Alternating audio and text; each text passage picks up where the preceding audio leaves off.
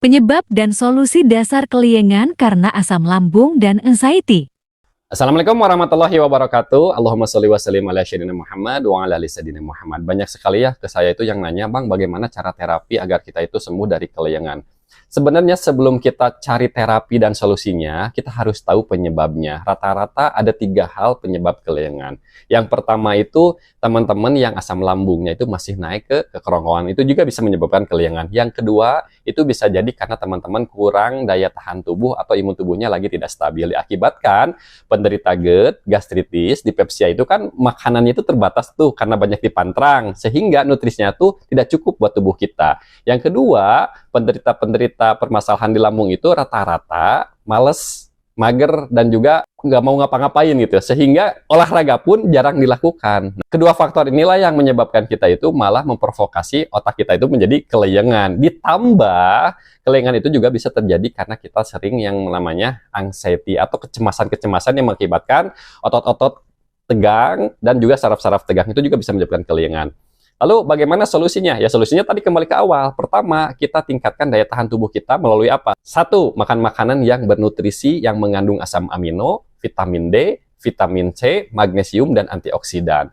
Apa aja contohnya? Contohnya misalkan dari kayu manis bisa, dari masakan-masakan yang mengandung serai itu juga bisa, dari jahe bisa, dari lemon juga bisa sebenarnya. Sebenarnya dari kopi juga bisa, cuman kan penderita kayak kita itu tidak boleh tuh minum kopi. Makanya kita cari kandungan yang serupa dengan kopi. Coba lihat teman-teman, pereda sakit kepala atau pusing itu rata-rata itu mengandung komposisinya adalah kafein. Atau makan pedas-pedas juga termasuk bisa membantu mengatasi keliengan atau pusing. Tapi kan kita tidak bisa kan makan makanan yang pedas. Makanya carilah kandungan yang serupa dengan itu semua. Contoh seperti yang tadi yang sudah saya bilang. Yang kedua, selain kita dari makanan, kan makanan itu butuh menstimulasikan ya. Yang intinya gini, jika makanan yang kita makan butuh distimulasikan, butuh dimasak menjadi nutrisi. Nah, cara menstimulasikannya itu paling simpel itu adalah berjemur di bawah sinar matahari pagi. Kedua, itu adalah olahraga. Dan olahraga itu tidak cukup dengan jalan kaki dan jogging aja. Jadi semua anggota tubuh pun harus gerak, terutama di bagian pundak dan bagian pinggang. Itu banyaklah teman-teman referensi cara olahraga, yoga, meditasinya itu banyaklah di sosial media yang lain gitu ya. Silahkan teman-teman searching aja.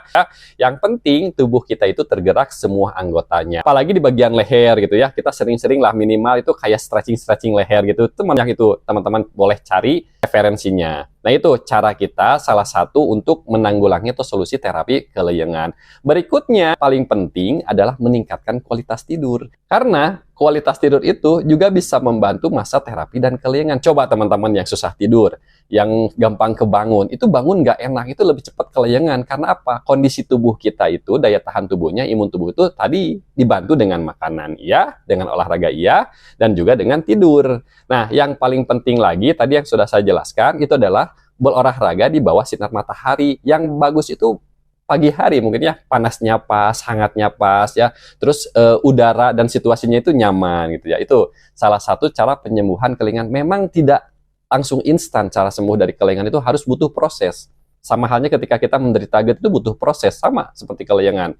Dan ketika keliengan pun teman-teman jangan panik, terus jangan heboh gitu ya. Justru semakin heboh, semakin panik, keliengan itu semakin menguasai, semakin kita itu menjadi memicu atau men-trigger anxiety kita. Makanya saat keliengan, coba teman-teman, ini langkah-langkahnya aja. Misalkan ini teman-teman tiba-tiba keliengan, keringat dingin, mata buram, coba pegang telapak kakinya, apakah dingin atau tidak. Kalau dirasa dingin telapak kakinya, ambil botol, itu bekas botol apa aja, yang penting botol kaca ya kalau bisa. Diisi air panas, itu digesek-gesek di bagian telapak kakinya, setelah dirasa hangat, sambil ngunyah nasi dicampur garam, itu biasanya itu bisa meredakan. Bukan menyembuhkan untuk selamanya, bukan, untuk mengatasi hari itu juga. Setidaknya kita memberi kenyamanan.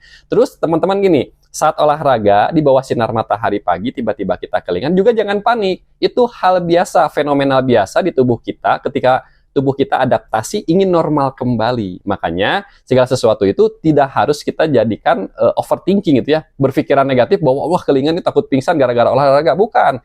Justru ketika olahraga, ketika berjemur kita merasakan yang namanya keliengan dan pusing, itu menandakan tubuh teman-teman itu sudah mulai mau beradaptasi, menormalitaskan kegiatannya gitu kan ya. Yang tadinya kan dulu kita sehat, terus tubuh itu beradaptasi, kita sakit. Nah, dari sakit itu kita beradaptasi lagi ke sehat lagi. Itu butuh yang namanya adaptasi. Sehingga muncullah sensasi-sensasi yang sepertinya itu tidak biasa, padahal itu adalah normal. Jadi jangan panik. bermanfaat. Assalamualaikum warahmatullahi wabarakatuh.